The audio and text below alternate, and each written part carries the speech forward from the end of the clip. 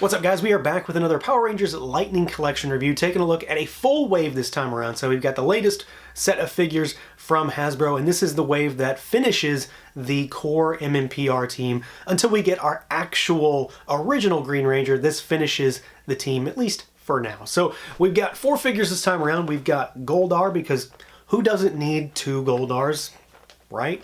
We've got the Zeo Red, so we've got another Tommy figure, and then we've got our In Space Yellow, and we've got probably the star of the show for most folks. We've got our MMPR Black, that is the standard version, not the Dragon Shield version like we got from Walgreens. So these guys, of course, all come in the standard packaging for the line. You've got the figures in the window, you've got that great Tom Whalen artwork on the front that wraps around to the side, and then the back of the box, as usual, has that CG style render of the figure showcasing some of their accessories. So yeah, let's do it. Let's pull them all out and take a look. And here we go, out of the package, our full wave of Power Rangers. So we're going to take a look at each one of these individually, of course. We've got MMPR Black, we've got Goldar 2.0, In Space Yellow, and then we've got Zeo Red, Zeo Ranger 5 over here. So obviously there's differing levels of what's new when it comes to these figures, so we're going to do some comparisons, take a look at how they move, all that good stuff, all the normal stuff, but we're going to take a look at each one individually. So let's get started, and we're going to take a look at MMPR Black, and we're going to round out our original Power Ranger team finally. So here's Zach, and if you are familiar with any of the male MMPR Rangers, or I don't know, most any male Ranger at all, you know what to expect when it comes to articulation in this guy, especially if you have the Walgreens figure, because the Dragon Shield Ranger is exactly the same. He just happens to have the shield. There are a few aesthetic differences, but as far as construction goes, it's the same. So the head can look up, he can look down, really good. There is no tilt really on this guy, you've got full rotation. Arms, of course, out at the shoulders, full rotation. You got your butterfly joint. We've got our bicep swivel in there, double jointed elbows, of course. And then we've got our hinges and rotation at those wrists. We've got the upper diaphragm cut, so he goes all the way around, and then that's in conjunction with the ab crunch, which I still absolutely love. It's such a great system, especially for these characters and these figures. And he goes forward that far, tilt side to side, and then you've got legs that go out about that far. They could use a little bit more range when it comes to the legs, but honestly, it still hasn't been too much of an issue. You would just think he might be able to do full splits almost. This guy in particular, right? Kick forward, not much on the back. You do have your thigh cut. We've got our double jointed knees, and then as usual, you've got your boot cut at the boot, so very well hidden. And then you've got rocker, and you've got hinges down at those ankles. So he is very par for the course, but that is, when it comes to this line, not a problem. It's very good. These guys always move really well, and it's another instance of him being put together very nicely, moves fluidly, able to get into some really solid dynamic poses without really any fuss. Now, aesthetically, I figured we would just go ahead and compare him to the Dragon Shield figure, because they are very similar. I mean, there's really not a whole lot to talk about here. If you have messed with either, red or blue, you know exactly what to expect with this figure. And then if you have this figure, you know what to expect. So it is the standard male body, basically, but done up in the black MMPR costume. So you got the white diamonds on the chest, you've got the black diamonds on the gauntlets and the boot cuffs. He does, of course, have the belt with the morpher, and it's okay. One thing that I noticed in comparison to all my other figures, so I'm not really sure if this is an error or not, because I'm not looking it up right now, he does not have any red on his morpher. The Dragon Shield Ranger does, and then all the other MMPR Rangers do. So I'm not sure if that's an error, or if it was another instance where they're sort of removing paint applications here and there in this line, because we know that in certain instances, paint is not being applied on these figures just from time to time. He does have a slightly different finish. He is glossier than the Walgreens exclusive Dragon Shield figure. It's a more matte finish to a degree, like it's not crazy different or anything, but they are slightly different. And when you get them in hand, especially the torso is where you'll notice it. It's another instance where the arms and legs do not match the same, in this instance, the same like saturation of color. This is a really deep black, and the arms and legs are obviously a different shade. So you do have that to contend with. It's really not much of a big deal. And then the helmets, I think are really good. I mean, I was a big fan of this figure to begin with. The paint applications on this guy are a little bit cleaner though. Sculpt is the same as far as I can tell, but some of the maybe more fuzzy lines on this figure have been cleaned up on this guy, so I'm pretty happy with that. The overall detail on it is really nicely done. The mammoth mastodon aspect of it comes through really well, and then you've got, you know, all these little lines with the, you know, the horn, and then the lines down the trunk of the mastodon there, and the mouth area is really clean as far as that silver color goes. So he is very much par for the course when it comes to MMPR figures, but at the same time I think some of the maybe inconsistent issues on this guy were kind of cleaned up on this guy, but at the same time he is missing that red splotch on his morpher that all the other figures seem to have. So maybe that's an error on my figure. Hopefully it's not widespread, but there you go. Now, as far as accessories goes, Zach has kind of what you'd expect him to have. Maybe a little bit extra in this case, but he has normal stuff. To start with, we do have our unmasked head, our unhelmeted head, and this is definitely the one that's gotten some of the most criticism as of late, and honestly I can see why, but having it in person I do think it's slightly better than those original pictures may have lended it to be, but it's still kind of a mess. I think skin tone is off. The overall sculpt is almost there, but at the same time it's not. Like, it's there and then it's not. You look at it and then you blink and it's gone. And the hair, I think it's really the hair that comes down to it. It's supposed to be like those, you know, mini braids, mini dreadlocks almost, and they just don't really work here because they're all matted down and they look like one big clump of hair. So yeah, I'm not too sure about this. It's another instance where I'm happy that we got it, but I'm never going to use it. I mean, it even went so far as to Walter Jones himself posted on, I think, Instagram saying that he would gladly offer up his time to do a face scan for the next time, so this didn't happen again. So you've got that. As far as what the rest of the figure includes, we do have the Blade Blaster. So we've got one of my points of frustration with this line is that they always give us the version where it's done up in a gun, but it's never the holstered version because they don't holster it like this. Sculpt is good. Paint applications are okay on it. Pretty standard stuff. They do, however, this time around give us the Blade version, which I really do like. So you've got the extended version with the blade coming out of the top and a little bit of silver paint on that just to change it up a bit. We do have some fists for him, so he's got gripping hands in the box, fists here as extras, and then of course he's got the power axe here, which is the same thing that we saw with the Dragon Shield Ranger, done up with the black, silver, yellow accents, and it does transition to the cannon mode with that movable piece on the handle, and then you've got the effect piece that also came with the previous figure. I do believe it was a different color though, so this time it's kind of like a purpley red pink kind of color with a bunch of sparkles in there, because why not? Everything needs glitter. So he does come with a pretty solid spread of accessories. The head is maybe hit or miss depending on your interest level, but he does come with a nice array of things. There's a lot of stuff in the box, all things considered.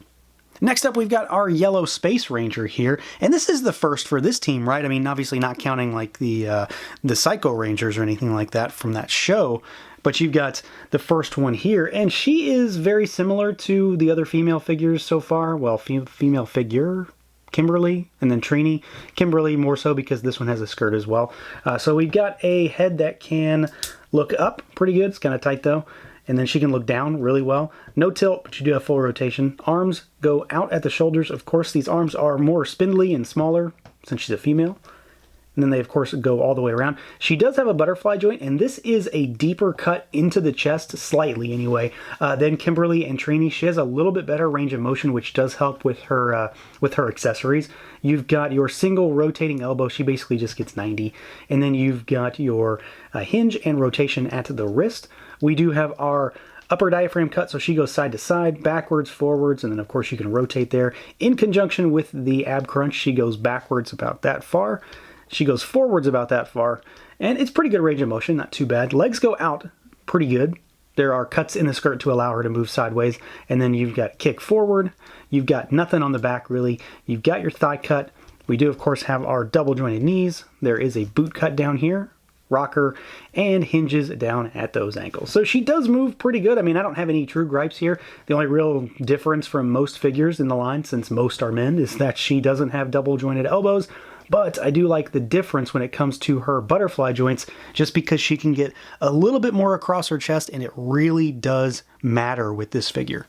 Now, aesthetically, I'm pretty happy with this figure as well. I'm not the biggest fan of the Space Ranger suits. Like, they don't really do a whole lot for me. but this one is actually really well done. I don't have any real gripes as far as construction or paint applications. The one thing I was concerned about was the design on the chest, and this is done really well. The white stripe across the chest is really clean and crisp, and then the 5 squares are all very, very well done. There's no fuzziness, there's no bleeding. They all just look solid, which I'm really happy with. I was worried that they were going to be kind of a mess. You've got the gold on the buckle and the gold around the collar there, and then of course you've just got kind of standard body when it comes to the figure, at least, you know, compared to say figures like Kimberly.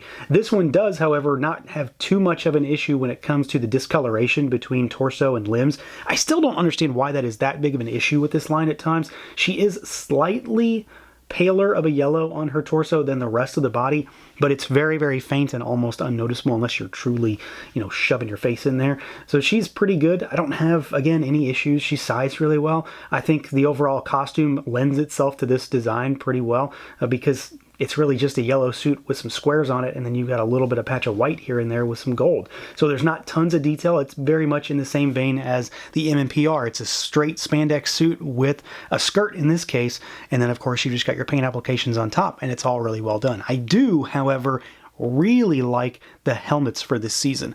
They're just very different. I like the circular nature of the band that runs around the top. I do think it could be a little more heavily applied on this figure. It's almost kind of translucent in some areas. And then the big orb on the front, I do like, of course, you know, it does things in the show, but of course you just got the black here with the big black visor and the silver mouthpiece. There's just something about this design that I like.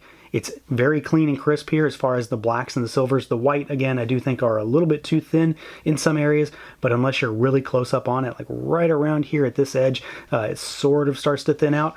But otherwise, I think it looks really good. It's very well sculpted, and the paint applications, again, are just clean and crisp, no bleeding, none of that nonsense. It looks good. Now, as far as accessories goes, this figure has a pretty good spread. There's not a whole lot I think I'm missing here personally, although I do have a question about a couple things, and this may be for someone who is a little bit more well-versed with this season, because it's been a long time since I watched this one personally. But I do think we've got some good stuff here. We, of course, have got our unhelmeted head sculpt, and I think it's pretty good. It's not too bad. I do think that she's maybe a little bit too happy for my taste, but the sculpt is good. Paint applications are pretty clean and crisp. Not a whole lot more to say about it. It's definitely among the better ones in this particular wave, although there are only 3. We've got some weaponry for her, so she's got her blaster here, and this is really well done. The sculpt on it is very unique because, of course, we don't have this yet. Paint is really nicely done, silvers, golds, reds on top of the blue base. This thing, though, I believe, is supposed to connect, or at least can connect, to her slingshot weapon here, right? I thought all of the Space Rangers had a combining mode with this, combining to this. Maybe it's not possible for it to actually do it at this scale, which is fine. I'm just sort of curious about it. So we've got her signature weapon, which is the Energy Slingshot. And this is pretty cool. And this is what I was talking about when it came time to her having those slightly more deeper cut butterfly joints. They allow her to reach across her chest better to better grip this. So you've got the energy sling here, which connects to the top of it, and then it's got the kind of like almost of an arrow. So you can get her to hold the handle, and then this part here can actually be put in between her fingers because she's got splayed finger hands in the box. So she actually can hold this like a slingshot really, really well. So I'm very happy with that in particular. And then she does have a couple of hands. So you've got a left fist and you've got a right kind of style pose, flat palm chopping style hand. We've seen this a number of times in this line. Kimberly comes with one of these, if not 2, that I can recall. So she does have a pretty good spread. I think that the signature weapon is honestly my favorite thing because not only does it look good and it has a unique and cool energy effect, but it's functional and it works really well, and she can hold it exactly how it needs to be held. So that's always a bonus that, you know, a figure can use the accessory it comes with. And then lastly, as far as Rangers go, we've got Zero Ranger 5, our Red Ranger here. Another Tommy figure, because even Hasbro cannot play favorites when it comes to Power Rangers. We've got to have our Tommy representation. So this is a very basic figure, at least in the confines of this line. And again, just like with MMPR Black, it's not a negative. He is, you know, just a standard guy. So he's very much spandex suit type of character with no frills. So he is unencumbered when it comes to articulation, and that's the positive. He may be basic, but that's a good thing when it comes to this. Nothing is getting in the way of everything they've done to engineer these figures. So he can look up, He can look down. No tilt as usual, but you've got full rotation. The arms go out at the shoulders, and then they rotate all the way around. You do have your butterfly joint, and these are really deep cut into, so they move really nicely. You get really good back, and then he can cross his chest pretty nicely. You've got your bicep swivel, double jointed elbows, and then you've got your hinges and rotation. These are vertical hinges in the box. So he's got vertical up and down hinges, backwards, side to side, and then forwards as far as that diaphragm cut, and then of course pretty far back when it comes to using the crunch that he's got, and then he goes pretty far forward as well. Legs go out, basically the same as MMPR Black. They're essentially the same kind of figure. Kick forward, nothing really backwards. You do have your thigh cut. You've got double jointed knees there, and then you've got your boot cuts, again hidden really well at the boot. And then we've got our rocker, and we've got our hinges down at those ankles. So good stuff as usual. Again, very par for the course, but like I say every single time, par for the course with this line is a good thing because they all move so well and they are very, very easy to pose and to put in those classic dynamic Sentai Power Ranger style poses. Now, as far as aesthetics go, this guy is pretty basic as well and pretty easy to talk about. It's essentially the Zeo Blue Ranger, just done up in red for the most part, really. I do have one QC issue, or it's either a QC issue or it's an instance where my daughter got a hold of this without me knowing and has mucked it up a little bit. So we've got a red suit that is another instance of the torso being a slightly deeper, more saturated color than the arms and the legs. It's not the end of the world, and it's never truly a big problem. The only figure that has truly annoyed the hell out of me is Kimberly, because she is so bad. But this one is just minor. It's okay. There is just a finish difference that really changes things up. He's a little bit more glossy on the torso and a little bit matter on the arms and the legs. He does have great paint applications when it comes to the bands and the design on the chest, and I dig everything about the Zeo Rangers. This is one of my favorite seasons. It's also one of my favorite Sentai, so I really do like these suits. I'm really happy with the detail on the sculpting for the boot cuffs and the gauntlet cuffs, as well as on the belt, and then the buckle there looks really good. So you've got all of their little logos and insignias there. I do, again, really like everything about these suits. They're very clean and crisp. They're basic while still having a little bit of flair with all of this gold, and then you do have the white around the neck. And that's where I have my problem, because I've got whatever this is back here, some sort of gouge or nick in it. I really don't think my daughter did this. I think it came out of the box like this, because I'm pretty sure she never messed with these. At least I don't think she did. So I don't know, I guess I can't be sure, honestly, but I think he came out of the box like this because it looks pretty deep in there, like something hit the paint before it was dry, maybe.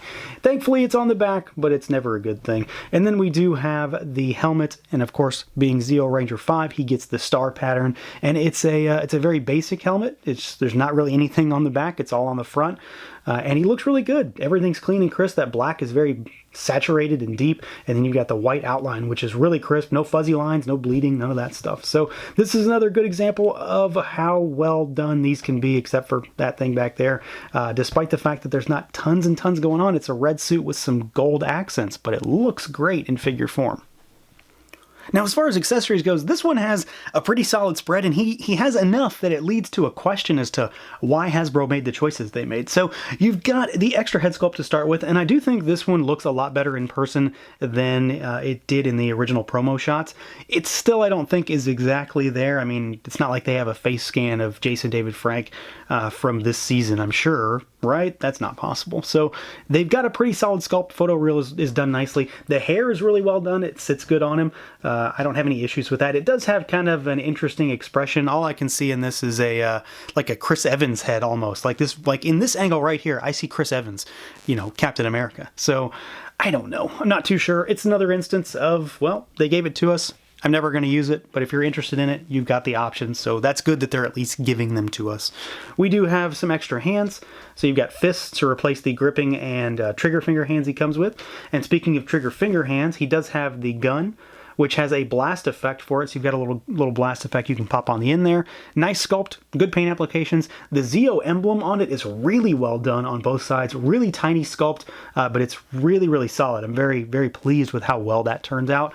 You do have the kind of standard Zeo sword here, and this is done nicely. I do wish that the gold might have been a little bit more kind of metallic-y almost, a little more gold, I guess, because it doesn't necessarily match the suit colors, but it's pretty close. And then there is a ton of little detail in there. So, you know, I'll take all that sculpted detail over maybe a slightly less shiny sword hilt.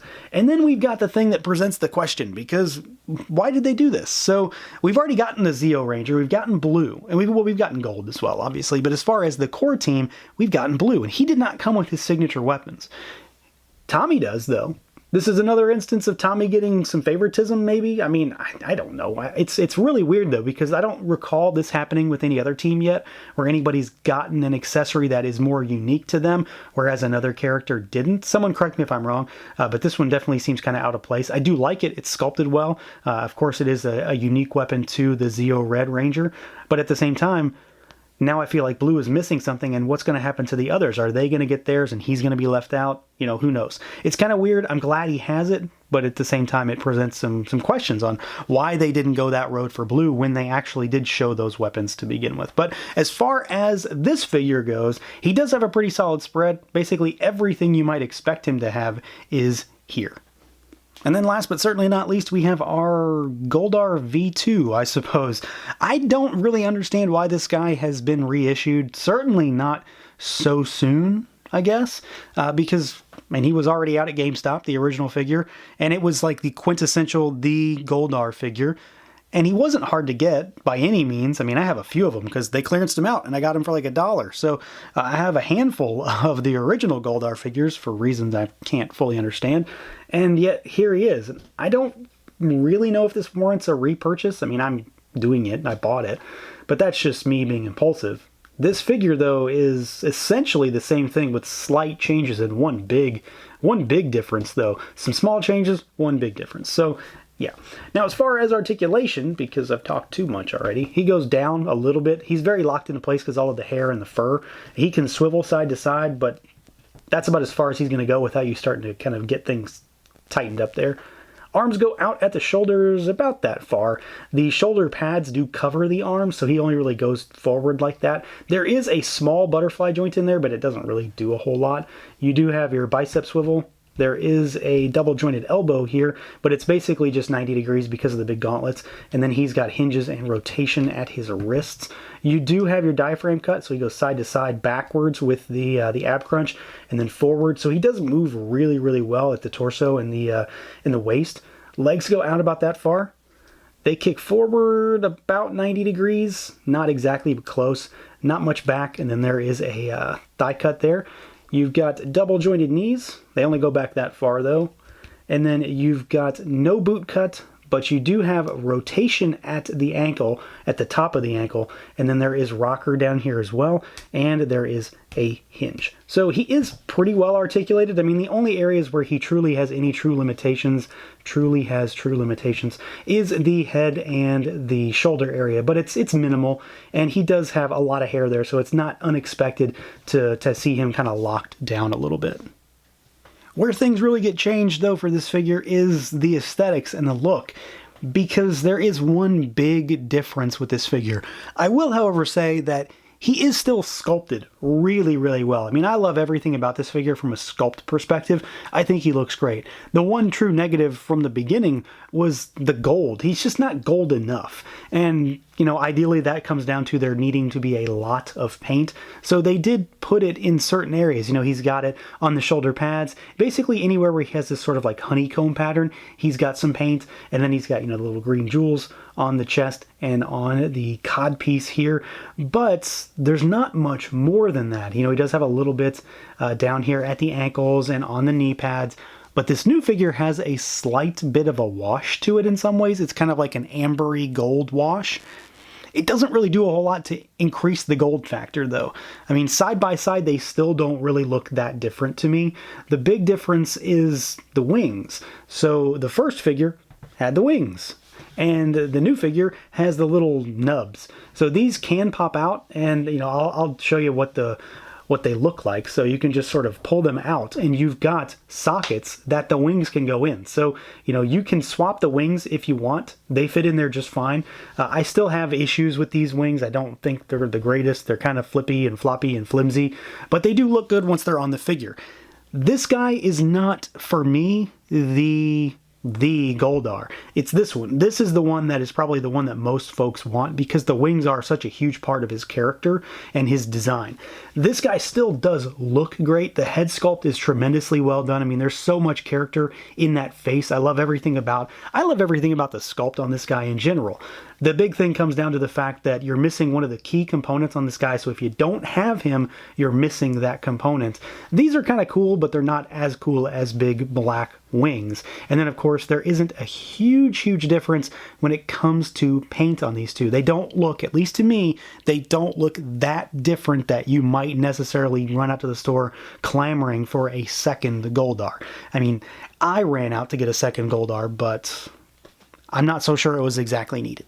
Now that said, one area where I do think this guy gets an upgrade is in the accessory department. Not in necessarily things that he gets, but there have been some improvements. So to start with, you've got some extra hands. So we've got a gripping style pose right hand, and then you've got a fist for his left. He's got gripping hands in the box because he comes with his sword, and he comes with, I mean, I don't know if this is a new effect piece or not. I say this a lot because there are honestly so many effect pieces in this line, it's kind of hard to keep up with sometimes, but he does have this one here, which is a nice kind of fire spiral that runs up the blade, and then the blade this time around has got gold paint on the hilt, whereas the original sword does not, and it comes with a different effect piece. So he's got kind of this lightning crackle effect in purple versus the fire red with no paint on the hilt on this one. So I am happy that we saw some changes in effect part and in paint applications, because this right here might be reason enough to want to get the new figure just to have, I don't know, maybe a slightly cooler sword, maybe a slightly more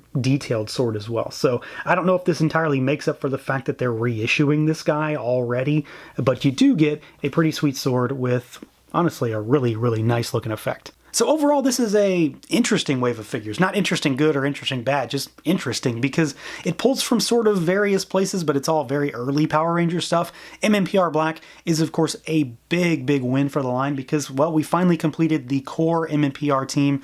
Finally, you know, not having to modify a black Dragon Shield Ranger. You've got the one you've wanted. We've got another Zeo Ranger, and of course, they kind of went all out on him. We've got a Space Ranger, and she was surprisingly good, like more so than I expected. I wasn't expecting a bad figure, but she moves really well, and she comes with a lot of cool stuff. I really dig the Slingshot accessory weapon. And then, of course, we've got Goldar, which is kind of a mixed bag. If you need him, now's your chance to get him. He's probably not the version you 100% want, but he's going to look really good, and he still comes with that fantastic updated sword.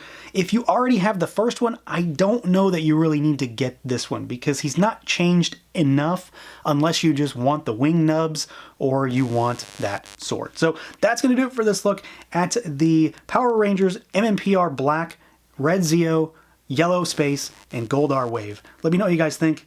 Feel free to like, comment, subscribe, and share, and until next time.